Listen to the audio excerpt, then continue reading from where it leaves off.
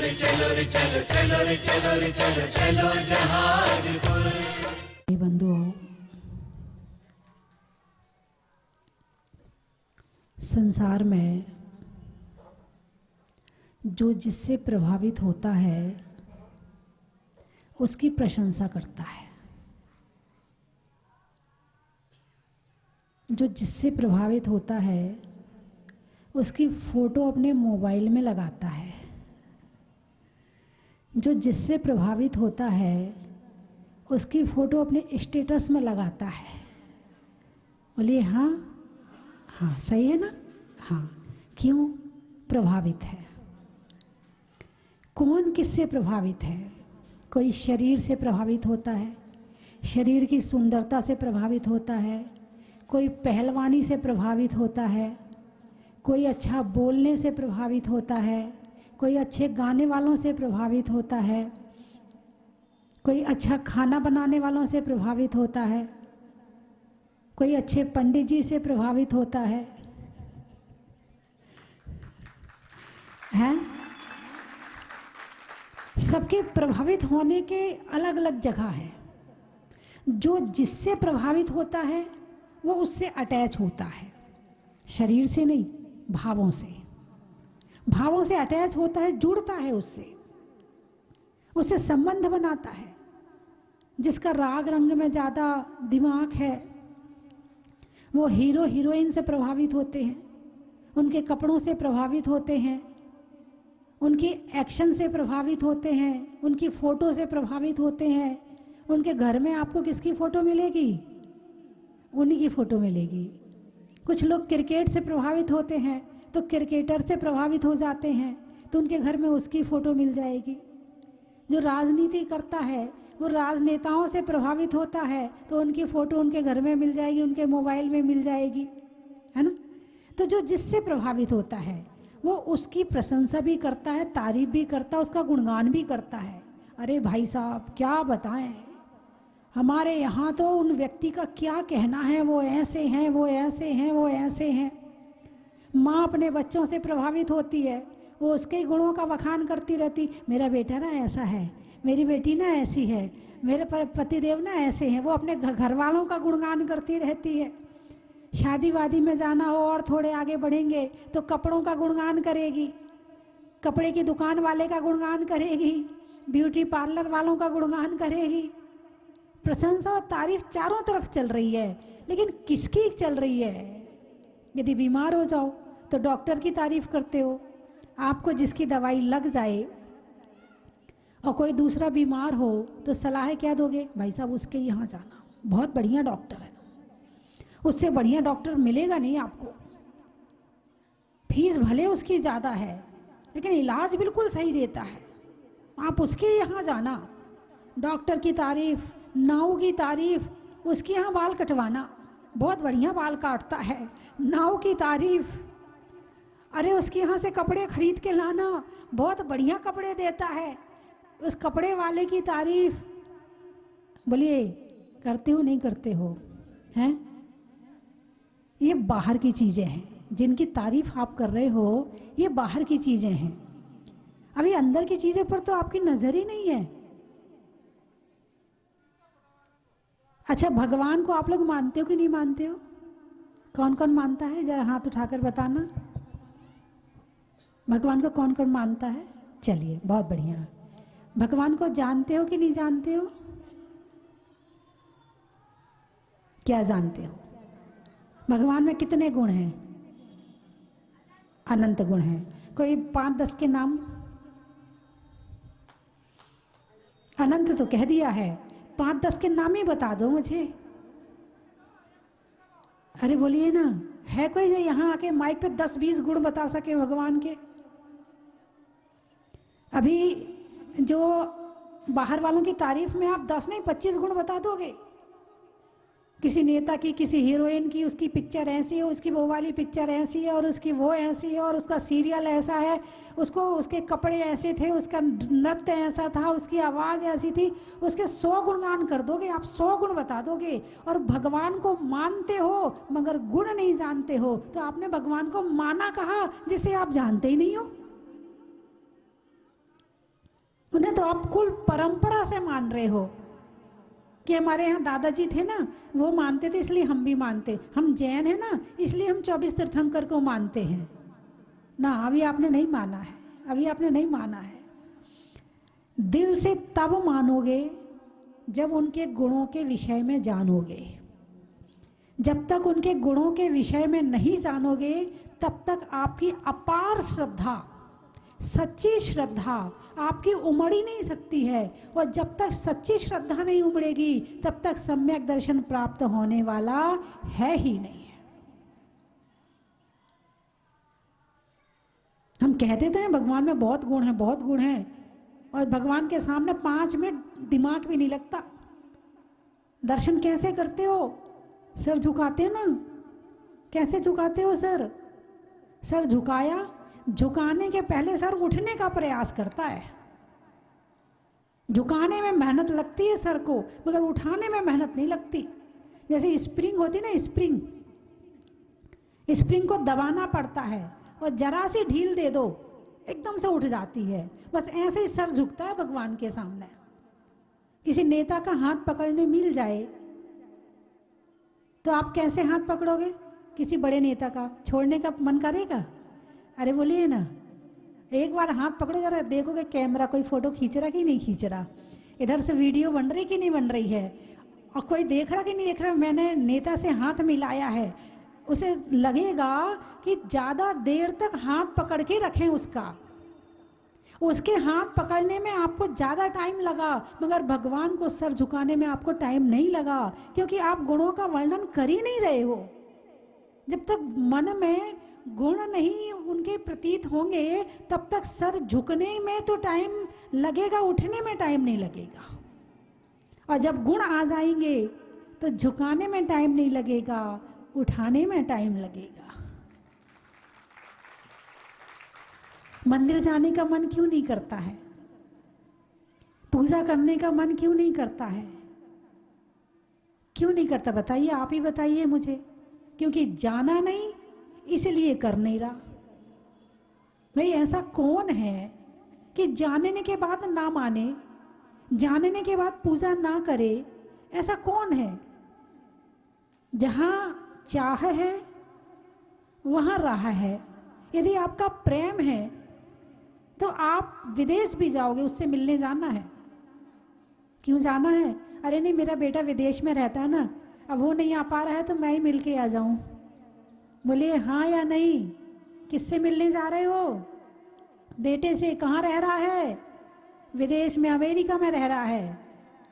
America चले जाओगे? जब तुम प्रेम के कारण से अमेरिका जा सकते हो तो पूजा क्यों नहीं कर सकते हो? अभिषेक क्यों नहीं कर सकते हो? नहीं करने का कारण यही है कि आपका प्रेम अभी भगवान से नहीं है। और जिस दिन हो जाएगा उस दिन किसी साधु संत को नियम देने की जरूरत नहीं पड़ेगी कि अभिषेक किया करो, शांति धारा किया करो, पूजा किया करो। फिर नहीं कहो कि मुझे टाइम नहीं मिलता, फिर तो टाइम निकल जाता है। घर के लिए टाइम कम मिलेगा और भगवान के लिए टाइम ज्यादा मिलेगा।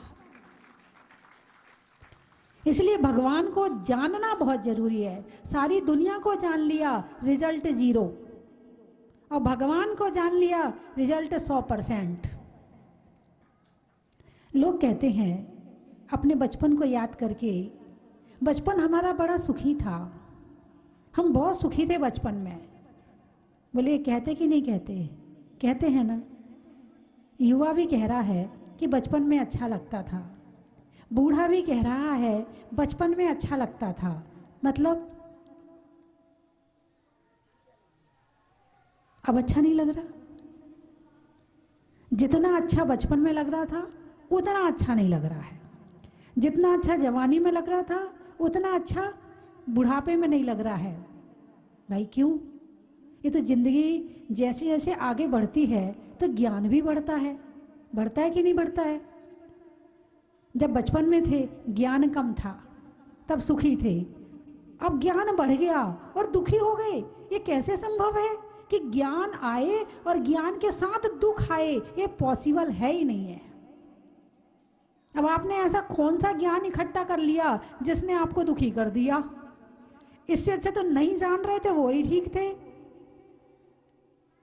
तो मोह सहित जो ज्ञान है वो दुखी करने वाला ज्ञान है, और मोह रहित जो ज्ञान है वो सुखी करने वाला ज्ञान है।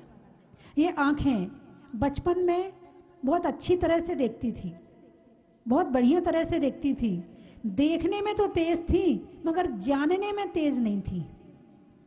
और बुढ़ापे में देखने में तो कमजोर हैं मगर जानने में बहुत ज्यादा है।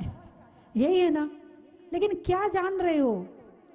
जानना है संसार में, क्या जान रहे हो? ऐसा जानो कि तुम्हें दुख ना हो, ऐसा जानो कि तुम्हें सुख हो। तो मोह रहित होकर जो ज्ञान करोगे, सच्चा ज्ञान, सत्य का ज्ञान, वो ज्ञान सुखी करता है। और जो ज्ञान मोह सहित संसार में भ्रमाने वाला है वो दुखी करता है। हाँ या ना? यहाँ कितने लोग हैं जो बहुत सुखी बैठे हैं, संपूर्ण सुखी बैठे हैं? अरे बोलिए ना। एक बहन जी का हाथ उठा है, हाँ 2 हाथ उठ गए हैं, संपूर्ण सुखी हैं। ये कितने दिन स्थिर रहेगा? कितने समय तक? ये कोई गारंटी है कि हमेशा रहेगा? एक क्षण में। अभी खाने का सुख मिला, भाई घर में कह के गए थे कि जरा आज ना इडली डोसा बना लेना, इडली डोसा बन गए और भोजन करने बैठे, इतने में किसी का फोन आ गया, भाई साहब उनका एक्सीडेंट हो गया, लो गया सुख इडली डोसा का। इस संसार का सुख कैसा है? दुख सहित है। और ये सुख कब दुख बन जाए कुछ नहीं पता है। अभी तो आप यहाँ हंसते मुस्कुराते बैठे हो, एक पल में जाने क्या से क्या हो जाए। अभी यहाँ बैठे हो, कब आयु कर्म खत्म हो जाए कुछ नहीं पता है।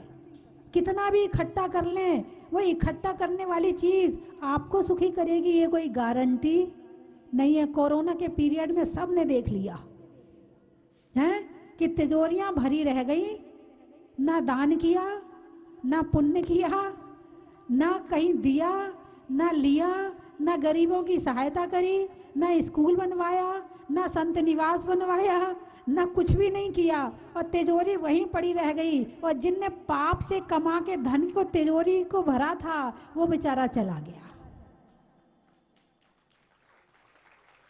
बोलिए हाँ या ना?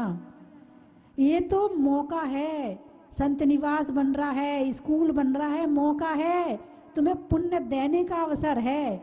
साधु आपके यहाँ आहार लेने जाता है ना, बोलिए ना। कहना नहीं नहीं हम चौका लगाते ही नहीं है तो कहाँ से जाएगा? जब चौका लगाएंगे तभी तो जाएगा, हम तो धर्मशाला ही में लगा देते हैं। ऐसा काम हम नहीं करते। कहना हम तो रेडीमेड काम करते हैं। साधु यदि आपके यहाँ आहार लेने जा रहा है तो वो आहार लेने नहीं जा रहा है, वो आपको पुण्य देने जा रहा है। और जितने पुण्य के रास्ते हैं वो आपने सारे बंद कर दिए हैं। और जब पुण्य के रास्ते आपने बंद कर दिए हैं, फिर जब परेशानी आती है फिर सोचते हैं भगवान मैंने ऐसा तो कोई काम किया ही नहीं है, अब कैसे कह दें कि नहीं किया है। जो करना था वो नहीं किया, और जो नहीं करना था वो खूब किया, मन भर के किया, तन भर के किया, तन भर के किया, खूब किया जो नहीं करना था, और जो करना था बस वो ही नहीं किया है। तो भगवान के 1008 लक्षण होते हैं, भगवान के 1008 गुण होते हैं, होते तो अनंत अनंत हैं। अब इन गुणों को कैसे जाने मैं आपको बता देती हूँ। बड़ा सरल उपाय है, बड़ा सरल उपाय, आप जीवन में कभी भूल ही नहीं पाओगे। कहो तो बता दूं? बता दूं? ठीक है। जैसे आप भगवान के सामने खड़े हैं और आपको भगवान के गुणों का वर्णन करना है, और गुण आपको आते नहीं है, अब क्या करें? दोष तो आते हैं आपको, आपके अंदर दोष हैं कि नहीं है? कितने दोष हैं? 4 दोष तो प्रत्यक्ष में, क्रोध, मान, माया, लोभ। 5 दोष हैं, हिंसा, झूठ, चोरी, कुशील, परिग्रह। और 3 दोष राग, द्वेष, मोह, है ना। इसके अलावा और लगा लो, भूख, प्यास, चिंता, दुख, है, बीमारी, और भी मतलब गिन लो बस। तो आप भगवान के सामने खड़े हो जाओ, भगवान मैं क्रोध करता हूँ और आप क्रोध नहीं करते। आपकी कितनी शांत मुद्रा है, आप कैसे शांति से बैठे हो भगवान। भगवान मेरे अंदर ऐसी शक्ति आए कि मैं भी आपके जैसे शांत रहूं, मेरे अंदर में भी शांति बनी रहे, समता बनी रहे। भगवान आपके दर्शन करके बड़ा आनंद आ रहा है, परम शांति है आपके चेहरे पर। भक्ति हुई कि नहीं हुई? अरे बोलिए ना, हो गई ना? फिर आगे बढ़ो।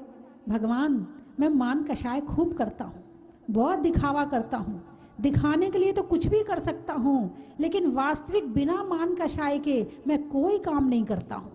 भगवान आप तो ना देख रहे हो ना दिखा रहे हो, आप तो अपनी आत्मा के ध्यान में लीन हो।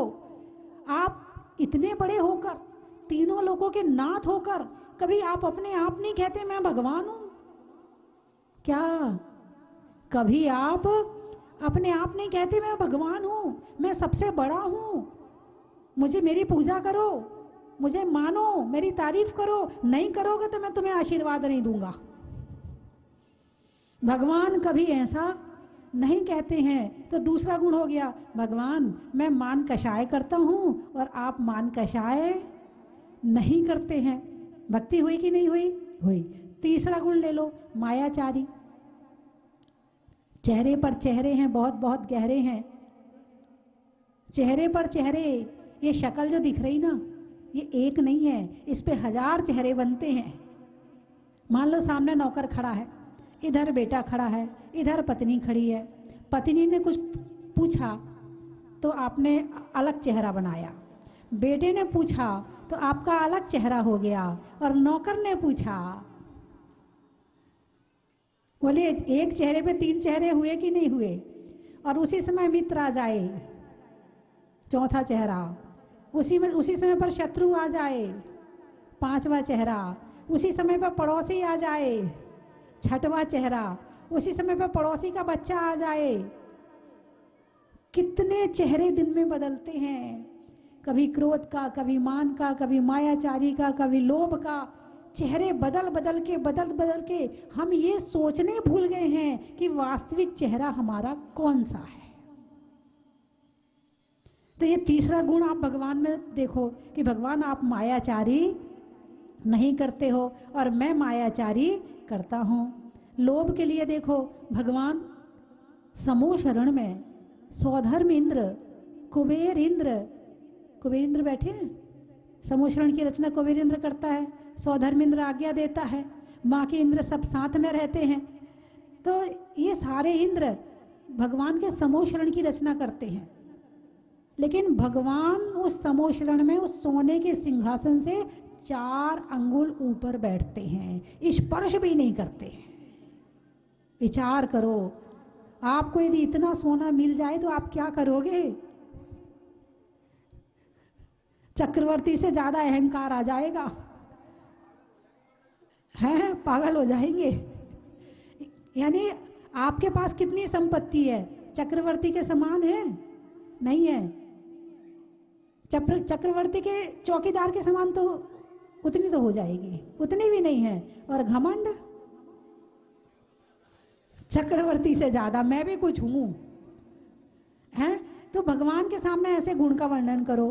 फिर ऐसे ही आप ले लो हिंसा, झूठ, चोरी, कुशील में कि भगवान मैं 1 इंद्री की हिंसा करता हूँ, 2 की करता हूँ, 3, 4, मैंने मच्छर मारे, मैंने चींटी मारी, मैंने खटमल मारे, मैंने ये किया, मैंने वो किया। अपनी निंदा करो और भगवान की तारीफ करो, बस हो गई भक्ति।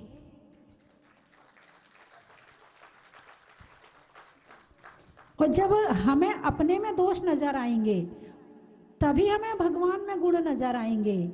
जब तक आपको अपने दोष नजर नहीं आएंगे तब तक आपको भगवान में गुण नजर आने वाले हैं ही नहीं है, ये गारंटी समझना आप। बिना दोषों को जाने गुणों की पहचान होती ही नहीं है। बिन जाने ते दोष गुणन को कैसे तजिए गहिए। जब तक दोषों को दोष नहीं मानोगे तब तक गुण को भी गुण मानने वाले नहीं हो। अभी मैंने पूछा भगवान में कितने गुण हैं? बोले अनंत अनंत। भाई जरा 1 आध 2 4 10 तो बता दो। वो बात मत करो, बस कहीं पढ़ लिया था, किसी ने बता दिया था कि अनंत अनंत होते हैं।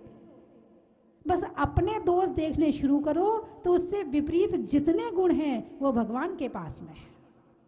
ऐसे ही 10 धर्म को ले लो। भगवान, आपने उत्तम क्षमा का पालन किया, उत्तम मार्दव का पालन किया जब आप मुनिराज बने, और उन मार्दव, आर्जव, शौच, सत्य, संयम, तप, त्याग, किंचन ब्रह्मचर्य के पालन से आपने सिद्धत्व को प्राप्त कर लिया। मेरे अंदर ऐसी शक्ति आए कि मैं भी इन 10 धर्मों का पालन करूं। इतना तो याद है ना। यानी आपको भगवान की भक्ति करने के लिए ज़्यादा किताबें पढ़ने की ज़रूरत नहीं है, बस अपने दोष देखने की ज़रूरत है। जिस दिन अपने दोष देखने लगेंगे उस दिन भगवान में गुण नज़र आने लगेंगे, और जब ऐसे गुणवान भगवान होंगे तो सर झुकने में टाइम नहीं लगेगा और उठने में भी टाइम नहीं लगेगा। फिर तो ऐसा लगेगा कि भगवान झुके रहें, बस वो आपके अंदर से गुण मेरे अंदर आते रहें और मैं आपके चरणों में पड़ा रहूं। तो आज आप भगवान के 1008 गुणों के 1008 अर्घ चढ़ाओगे। वैसे तो 1024 हैं, लेकिन 1008 गुण जो सहस्र नाम जिसे कहा गया है। समो शरण में जब सौधर में इंद्र भगवान की भक्ति करता है तो भक्ति कैसे करे? भक्ति करने के लिए कुछ विषय तो चाहिए ना, बिना विषय के कैसे भक्ति होगी? गुणों के कुछ नाम तो होंगे ना। आपके अंदर केवल ज्ञान है, आपके अंदर केवल दर्शन है, आपके अंदर अनंत सुख है, आपके अंदर अनंत शक्ति है, नाम तो लेना पड़ेंगे ना। तो जो सौधर्मेंद्र है उसने भगवान के जब भक्ति की तो उसमें 1008 नाम से भगवान की भक्ति की, और सौधर्मेंद्र ने जिन 1008 नाम से भक्ति की थी उनका अर्घ आज आप चढ़ा रहे हो। आचार्यों ने उसे लिपिबद्ध कर दिया और उसे लिपिबद्ध करके आज हमारे सामने विधान के रूप में यहाँ पर है। और सहस्र नाम एक आपने पाठ सुना होगा, सहस्र नाम जैसे तत्वार्थ सूत्र है, सहस्र नाम है, ऐसे नाम तो सुना होगा ना, सहस्र नाम स्तोत्र है ना। कहते हैं सहस्र नाम रोज पढ़ना चाहिए। एक एक नाम पढ़ने से एक एक पाप कटता है, और 1000 नाम पढ़ लिए तो एक दिन में 1000 पाप कट जाते हैं, और एक उपवास का फल मिलता है। इसका मैंने हिंदी भी कर दिया है। यदि आपको संस्कृत में दिक्कत आए तो मैंने इसका हिंदी भी कर दिया है। तो कम से कम ज़्यादा नहीं तो सप्ताह में एक दिन का संकल्प रखो कि कम से कम हम ज़्यादा नाम नहीं ले पाते हैं भगवान के, तो कम से कम सप्ताह में एक बार सहस्र नाम का पाठ करके भगवान के 1008 नाम को लेकर उनके गुणों का वर्णन करेंगे। ऐसा हो सकता है कि सप्ताह में एक बार सहस्र नाम पढ़ना?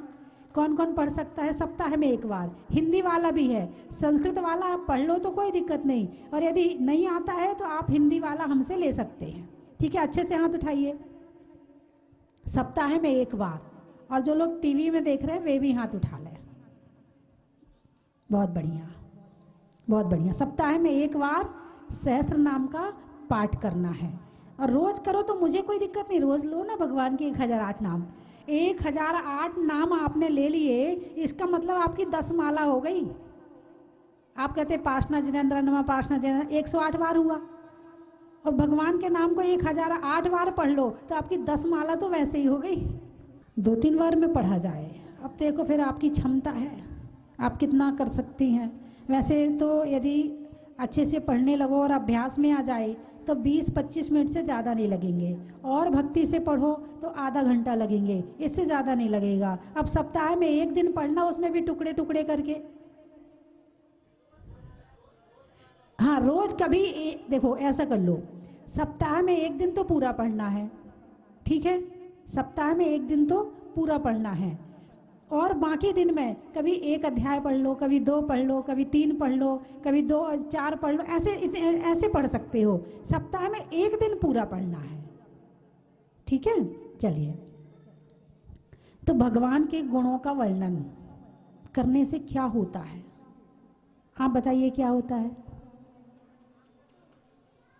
पापों का नाश होता है, पापों का नाश होता है, गुणों में वृद्धि होती है, मन में विशुद्धि आती है, और आत्मा में शांति मिलती है। एक नाम भगवान का लेने से इतने सारे काम होते हैं। और जहां भगवान का नाम लिया वहीं आप, और यदि मन से ले रहे हो, पूरी आत्मा से ले रहे हो, उस समय आप कनेक्ट हो गए भगवान से। आप समझते हैं ना कनेक्ट होना, है ना। कभी कभी आप क्या कहते हैं, भाई नेट कनेक्ट नहीं हो रहा है, कहते हो ना। जब तक कनेक्ट नहीं होगा तब तक आपके मोबाइल में चित्र नहीं आएंगे, है ना। यानी नेट का कनेक्शन होगा तभी वहाँ के चित्र भी आने शुरू हो जाएंगे, और जब तक कनेक्ट नहीं होगा तब तक नहीं होंगे। ऐसे ही आप भगवान के दर्शन तो करते हो मगर कनेक्ट नहीं होते हो। आप माला तो फेरते हो मगर कनेक्ट नहीं होते हो। आप पूजा अभिषेक तो करते हो मगर कनेक्ट नहीं होते हो। इसीलिए भगवान की ऊर्जा आपको नहीं मिल पाती है। ऊर्जा तो तभी मिलेगी ना, नेट तो तभी मिलेगा ना, क्या, जब कनेक्ट होगे। और हमारे परमात्मा से बड़ा पावर, इससे बड़ा नेटवर्क और दुनिया में कहाँ हो सकता है। तुम्हारा नेटवर्क तो जंगल में जाके फेल हो जाएगा, मगर हमारे सिद्ध भगवान के ज्ञान में रहे हैं, तो उनका जो ज्ञान है वो चाहे जंगल हो, चाहे पहाड़ हो, चाहे सब जगह हो रहा है। वहाँ तो आप हर जगह कनेक्ट हो सकते हो, कहीं रहो कनेक्ट हर जगह हो सकते हो। तुम्हारा नेटवर्क खराब हो सकता है मगर परमात्मा का नेटवर्क कभी भी खराब नहीं हो सकता है। और जैसे ही कनेक्ट होते हैं वहाँ से शांति की किरणें आनी शुरू हो जाती हैं। आप कनेक्ट होके देखो तो सही। अभी आप 8 दिन से बैठे कनेक्ट हो रहे हो ना, आनंद आ रहा है कि नहीं आ रहा, बताइए मुझे। आपने 8 दिन में जो आनंद लिया है, आप अकेले रोज पूजा करते थे, इतना आनंद आता था? नहीं आता था। लेकिन यहाँ बैठकर जो पूजा की जाती है उसका प्रभाव ही अलग होता है।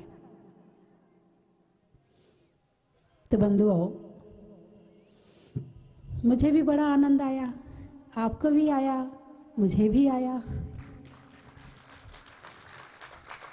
शुभ दिन में शुभ काम करें तो शुभ फल दुगना मिलता है ना। बारिश का मौसम है, अच्छा बीज बो दिया और बारिश आ गई, फसल अच्छी हो जाएगी। अब मौसम तो है नहीं और बीज डाल दिया और थोड़ी से कुआं से सिंचाई कर दी। जो बारिश के पानी में हो सकती है फसल, वो कुएं के पानी से, नहर के पानी से उतनी क्वालिटी नहीं आती है। बस इसी तरह से ये अष्टानी का 10 लक्षण पर्व, 16 कारण पर्व, इन अष्टमी और चतुर्दशी को किए गए भजन, पूजा, व्रत, उपवास का फल चौगुना मिलता है। सुबह के बाद शाम का लेने में प्रभु नाम का और भगवान के सहस्त्र नाम का, अनाज में दाने का इनाम में पाने का और सहस्त्र नाम के अर्घ चढ़ाने का बड़ा ही महत्व है। खेत में धान का, शादी में पान का और होने वाले सिद्ध चक्र विधान का बड़ा ही महत्व है। प्रभु के नभन का, रहने में भवन का और कल होने वाले हवन का, गाने में सुर का, नृत्य में नूपुर का और आने वालों में जयपुर का बड़ा ही महत्व है। दोनों शिलान्यास का बड़ा ही महत्व है।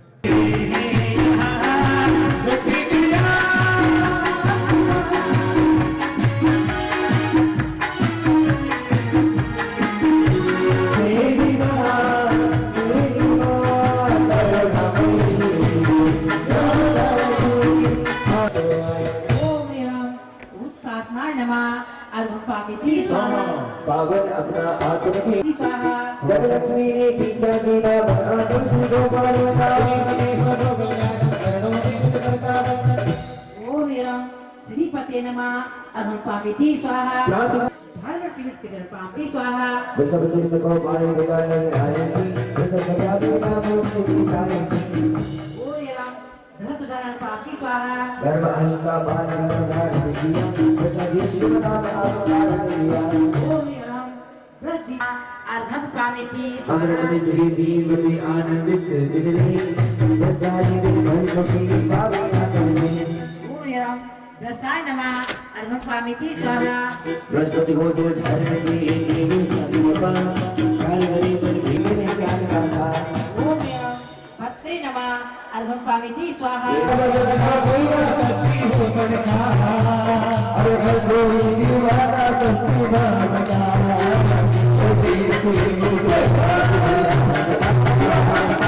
दोनों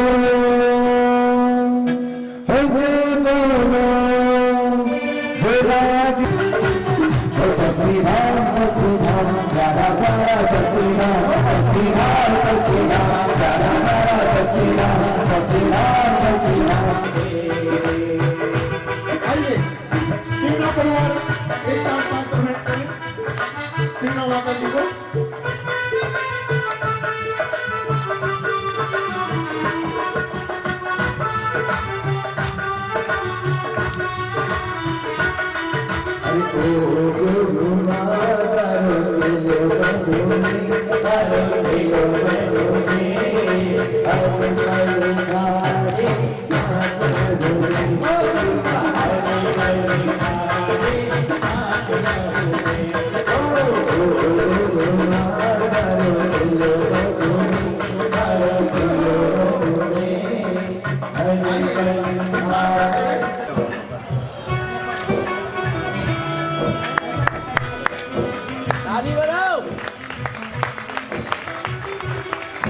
पहले से भाव बनाकर आया था कि मुझे काम कार्य करना है। माताजी स्वस्ति भूषण माताजी द्वारा निर्मित मंदिर बहुत ही चमत्कारी है और बहुत ही आश्चर्यजनक भी है कि इसको बनाया किस तरीके से गया है। सारी व्यवस्थाएं उत्तम प्रकार की है, चाहे धर्मशाला ले लें चाहे उसकी सफाई व्यवस्था ले लें, वो सारी उत्तम है।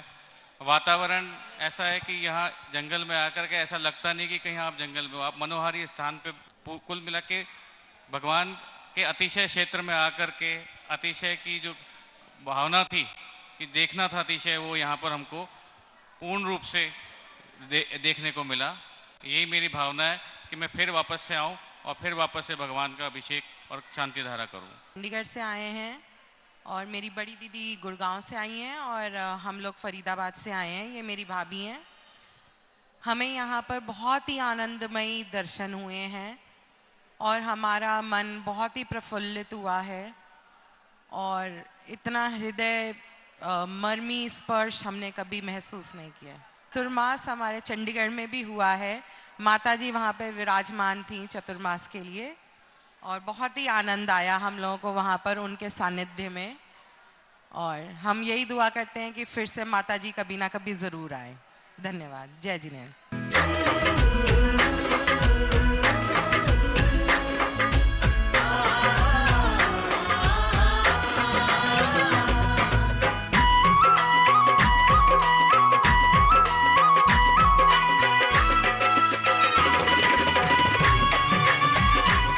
चन की थाल को सजाओ रे आज, रत्नों की थाल को भर लाओ रे आज। आओ आओ करे रे गुणगान आरती भगवन की। आओ आओ करे गुणगान आरती भगवन की। आओ आओ करे रे गुणगान आरती भगवन की।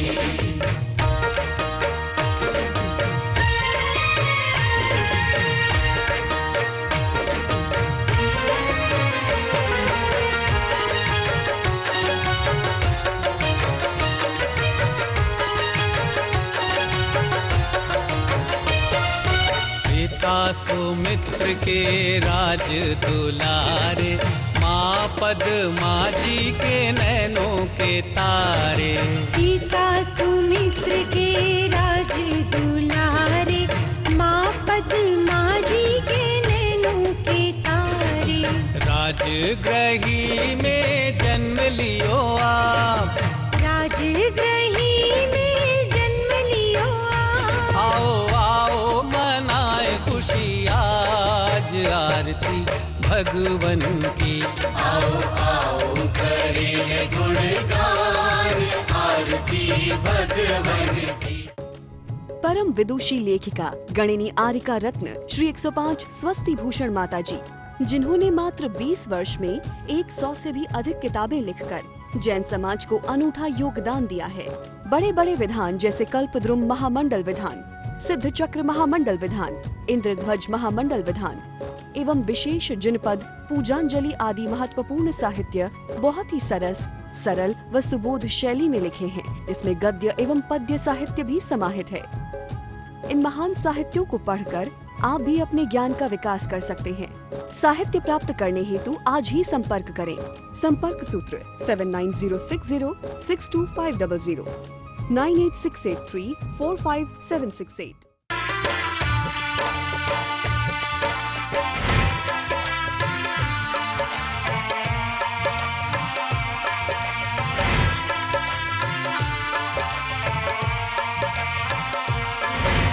चलो रे चलो रे चलो चलो रे चलो रे चलो चलो जहाजपुर।